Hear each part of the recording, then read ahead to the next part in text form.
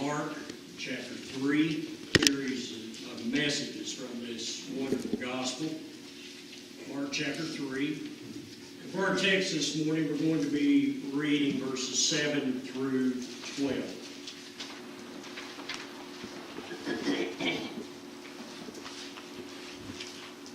But Jesus withdrew with his disciples to the sea, and a great multitude from Galilee followed him, and from Judea and Jerusalem and Idumea, and beyond the Jordan, and those from Tyre and Sidon. A great multitude, when they heard how many things he was doing, came to him. So he told his disciples that a small boat should be kept ready for him because of the multitude, lest they should crush him. For he healed many, so that as many as had afflictions pressed about him to touch him.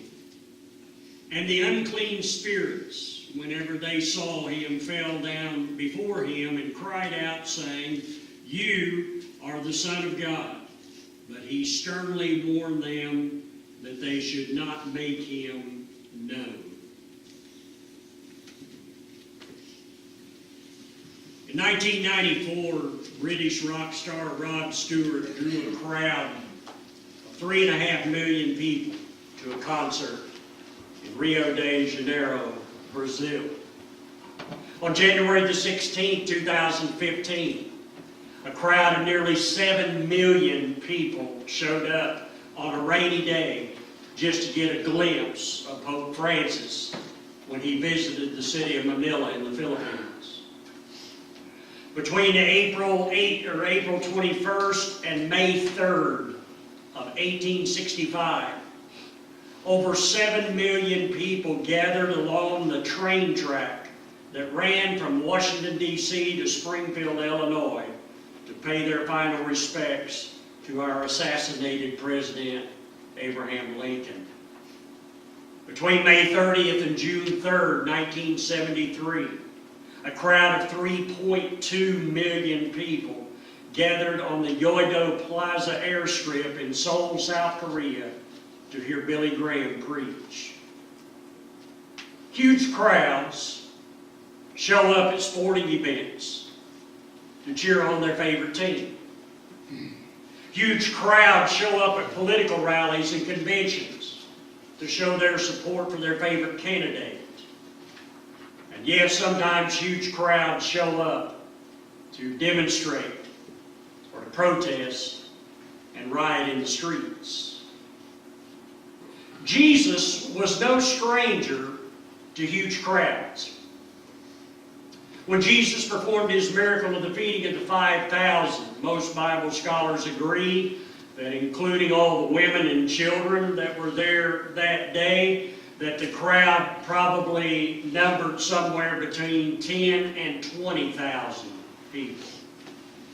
The same thing was true when Jesus fed the 4,000. You know, normally famous people feed their tremendous egos on the size of the crowd that they can draw. But Jesus was exactly the opposite. Although Jesus never turned away a huge crowd, his goal was never to attract a huge crowd. In fact, the Gospels tell us that often Jesus would take his disciples all to a solitary place to pray and to make it hard for the crowds to find him. You see, Jesus understood the fickle nature of a crowd. In fact, in John chapter 2, verses 23 and 24, we're told that Jesus didn't even trust crowds. That scripture tells us because of the miraculous signs Jesus did in Jerusalem at the Passover celebration, many began to trust in him. But Jesus didn't trust them because he knew all about people. Well, in today's text, Mark tells us about a huge crowd of people that was following Jesus during this particular time in his ministry. This period is often referred to as the period of popularity. And on the surface, it would seem that all of these people were following Jesus for the right reason. But Jesus knew that that wasn't the case. Jesus knew their hearts. You see, their intentions were good, but their motives weren't really very pure in why they were following Jesus. And so as we go back and study these verses, I want to point out three types of followers that were in that huge crowd of people, and see perhaps if you can identify with any one of those three groups. First of all, I would have you to note that many followed Jesus because of his popularity. Look again at verse 7 and the first part of verse 8. But Jesus withdrew with his disciples to the sea. And a great multitude from Galilee followed him, and from Judea and Jerusalem and Idumea and beyond the Jordan, and those from Tyre and Sidon. Now Mark tells us there in verse 7 that Jesus withdrew with his disciples to the sea. Now, why did they withdraw? Well, to answer that, let me go back and refresh your memory. You remember in some of our previous messages, Jesus had just undergone a series of confrontations with the Pharisees. First, they had confronted Jesus about why his disciples did not fast, like their disciples and the disciples of John the Baptist. And then they confronted Jesus about why his disciples had plucked grain as they made their way through the field on the Sabbath day. And then most recently, the Pharisees had set a trap for Jesus by bringing that man with the withered hand to the synagogue to see if Jesus would heal him on the Sabbath day. And Jesus did just that. And so Jesus has been through a series of confrontations with the Pharisees. And you remember in verse 6 of Mark chapter 3, it tells us that after Jesus healed that man with the withered hand, that the Pharisees went out and immediately plotted with the Herodians against Jesus how they might destroy him. So this is why Jesus withdrew with his disciples to the sea. He did it for protection. Things were heating up. Hostility against Jesus was mounting. The religious leaders were out to get Jesus. And this was not going to go away. This was not going to get better. It was only going to continue to escalate. But it was not yet Jesus' time to die. So he and his disciples withdrew to the sea.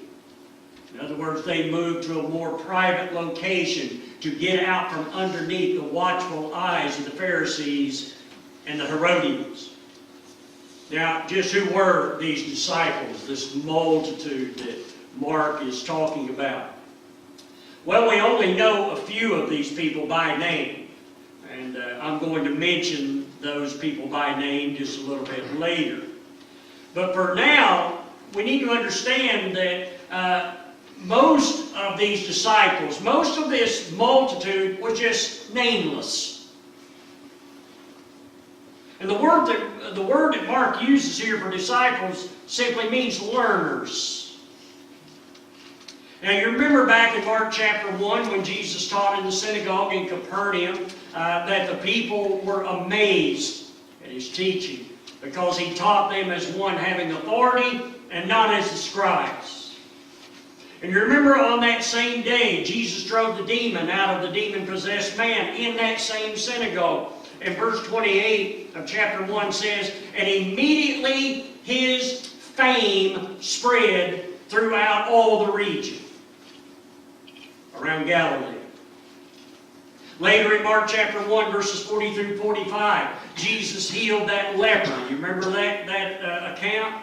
And after Jesus healed them, Jesus strictly warned that healed man, do not tell anyone what has happened here today. Do not tell anyone about your miraculous healing. But that healed leper didn't obey Jesus' command, did he? He went out and told everybody about what Jesus had done for him. And after that, word about Jesus spread like wildfire, so much so that Jesus could not even go out in public for a period of time in order to let the hysteria die down. And so do you see what's happening here? While the hatred of the scribes and Pharisees toward Jesus is intensifying, Jesus' popularity among the common people in Israel is soaring. His poll numbers are through the roof. And it was as though the more controversial Jesus became in the eyes of the religious leaders, the more popular he became in the eyes of the people. Mark tells us here that people were coming from everywhere to see Jesus. He was a rock star.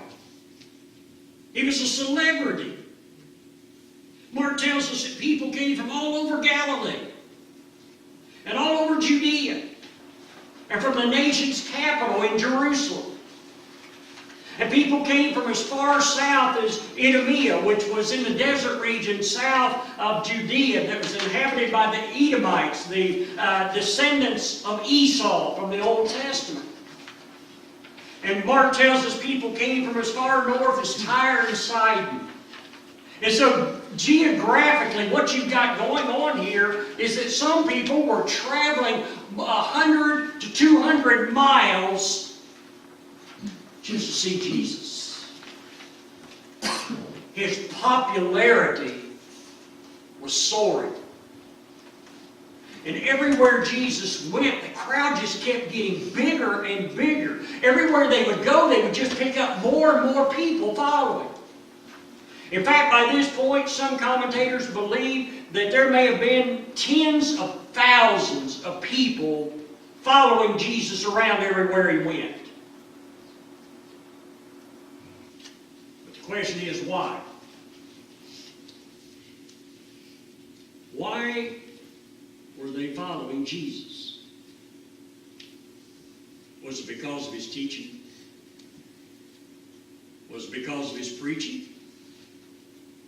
Certainly that was the reason why some were following him. But for most, they were following Jesus because of his popularity. Or better yet, they were following Jesus because it was the popular thing to do. Everybody else was doing it. So why not join the crowd? In fact, by this point, what had happened is that many people were following the crowd more than they were following Jesus. Now, there's something about our human nature that loves to identify with the in crowd. For many, being a part of the in crowd that followed Jesus was like a status symbol. It was something that they would be able to tell their kids and their grandkids one day. I followed Jesus. I was in that crowd. So that's one group that we see in the multitude. One group in the crowd. Those who followed Jesus because of his popularity. Now, secondly, I would have you to notice many followed Jesus because of his power. Let's pick up the record in the latter part of verse 8 and read down to verse 10. A great multitude, when they heard how many things he was doing, came to him. So he told his disciples that a small boat should be kept ready for him because of the multitude, lest they should crush him. For he healed many, so that as many as had afflictions pressed about him to touch him. Now that statement Mark makes at the end of verse 8 is very revealing. Listen to it again closely.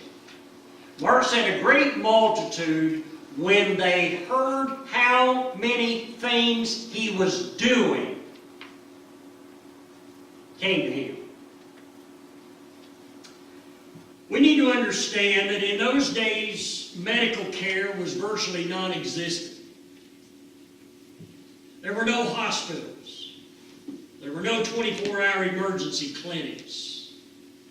What few doctors they did have in those days were either very limited in what ailments they could treat, or they were quacks who built people out of their hard-earned money by giving them false hope that they could cure them.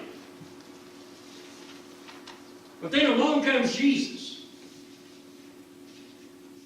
And he's doing incredible things, miraculous things that no one had ever seen before in the history of the entire world. And Jesus wasn't some snake oil salesman selling ointments and tonics to people to give them a false sense of being cured. He was and he still is the great physician. And right before the very eyes of these people, Jesus was making blind people see, and making lame people walk, and making deaf people hear. Right before their very eyes, Jesus was cleansing lepers and making sicknesses and diseases disappear in an instant. There was no sickness, no disease, and no handicap that Jesus could not heal. But also at that time, demon possession was rampant. In fact, in those days, most everyone was either related to someone or knew someone who was demon-possessed. That's how widespread it was. And when a demon or several demons took possession of a family member, it wreaked havoc on the entire household. Helpless parents stood by as they watched demons turn their innocent sons and daughters into wild animals. Demon-possessed husbands and fathers became raging lunatics. Demon-possessed wives and mothers became vicious and violent even toward their own children. And when word got out that there is this man from Galilee who can drive demons out with just the command of his voice, people brought their demon-possessed loved ones 10 miles, 25 miles, 50 miles, 100 miles or more just to be set free by Jesus. Now, verse 9 is interesting.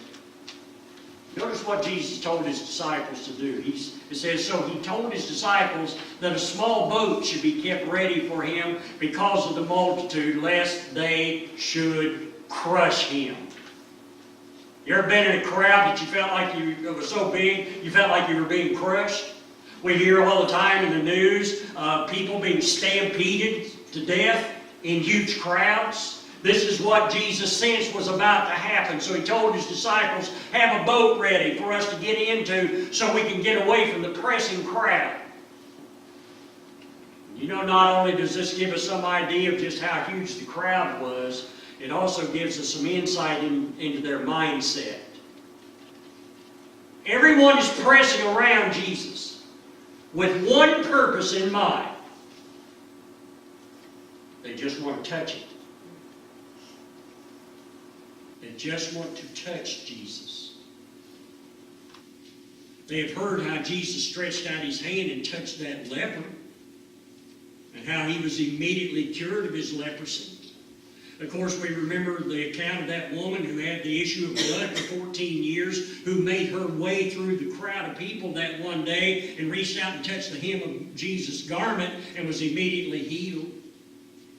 A little later on in this series, when we get to Mark chapter 6, we're going to read the account of the people in the land of Gennesaret who brought their sick and diseased loved ones to the marketplace and begged Jesus that they might just be able to touch the hem of his garment. And so this is what many in the huge crowd were trying to do. They had traveled many, many miles to do one thing, to touch Jesus. You see, these people weren't following Jesus so much because of his preaching and teaching. In fact, that was irrelevant to them. They were following him to get something out of Jesus. They were following him to get healing. They simply wanted to experience his power.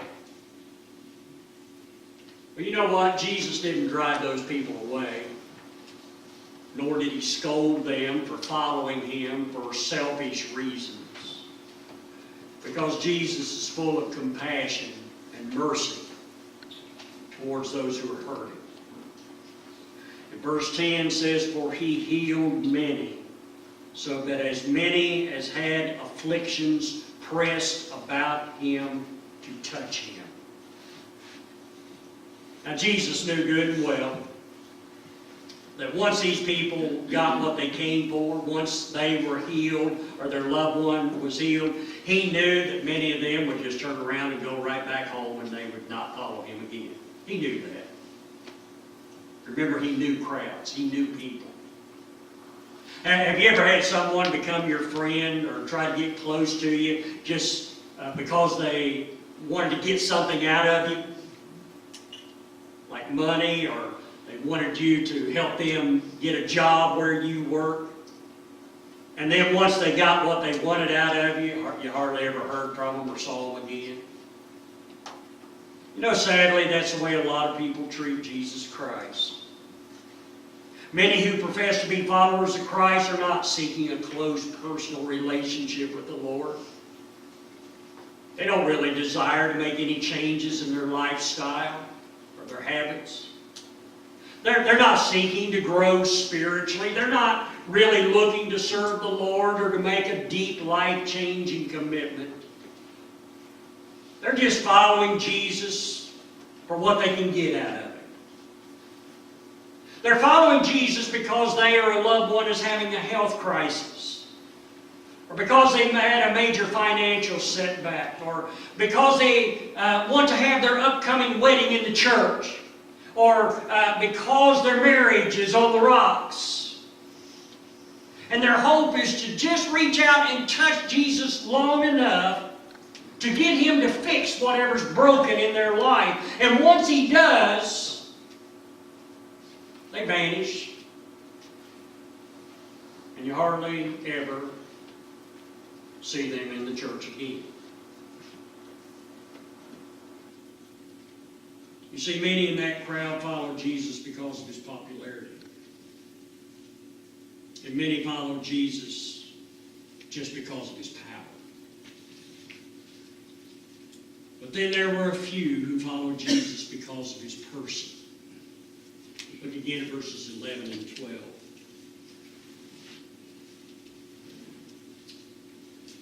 And the unclean spirits, whenever they saw him, fell down before him and cried out, saying, "You are the Son of God."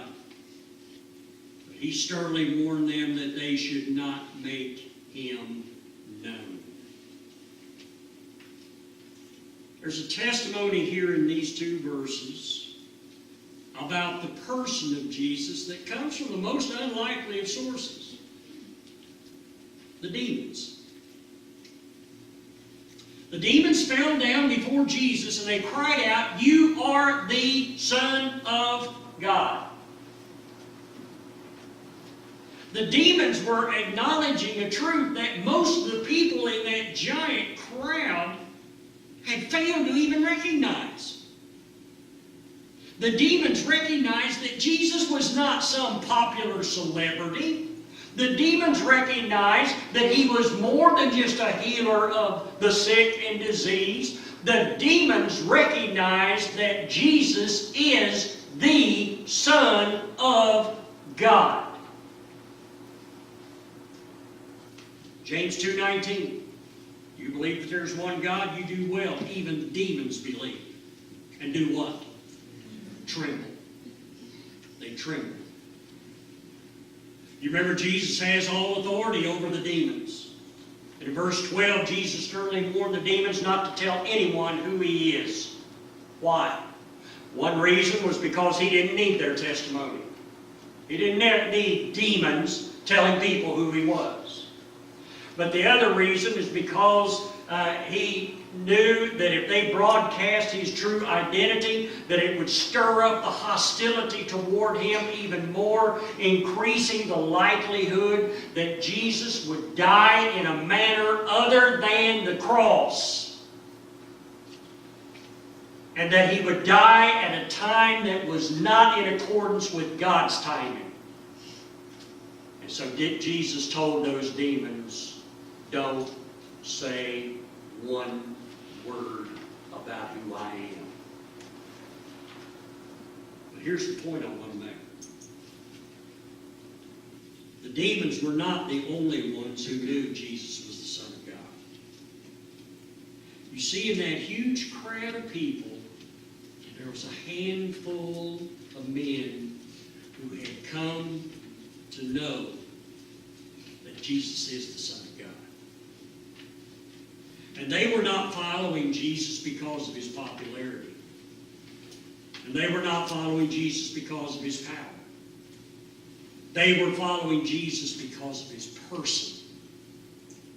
They believed that Jesus was who he claimed to be. They believed what he preached and taught. They desired to have a close personal relationship with Jesus. Who were these few true disciples?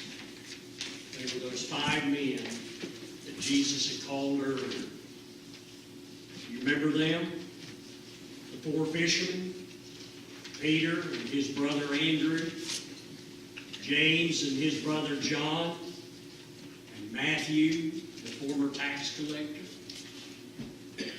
You see, these 5 men were following the person of Jesus. And in next week's message, Lord willing, we're going to see these men become a part of Jesus' chosen few, called the apostles. Many follow Jesus because of his popularity. Many follow Jesus because of his power. And a few follow Jesus because of his person. And you know the ironic thing is, maybe a year and a half after this, a lot of these people would be in the crowd that lined the road going into Jerusalem when Jesus made his triumphal entry.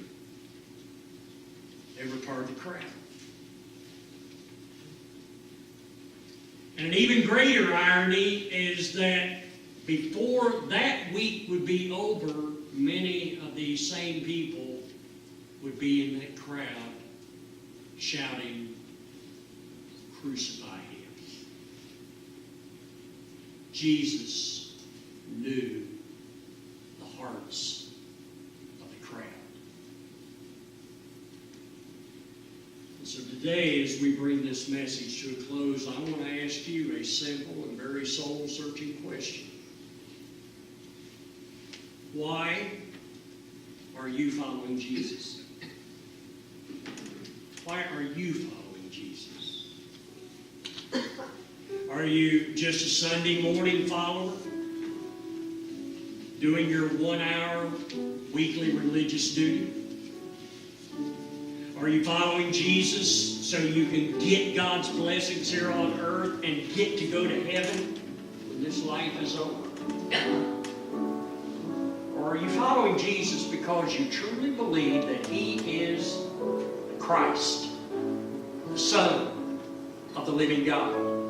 And because you desire more than anything else in this world to have a life-giving, life-changing personal relationship with Jesus. Why are you following him? As we come to our time of decision this morning, perhaps there's one here today who hasn't even made the decision to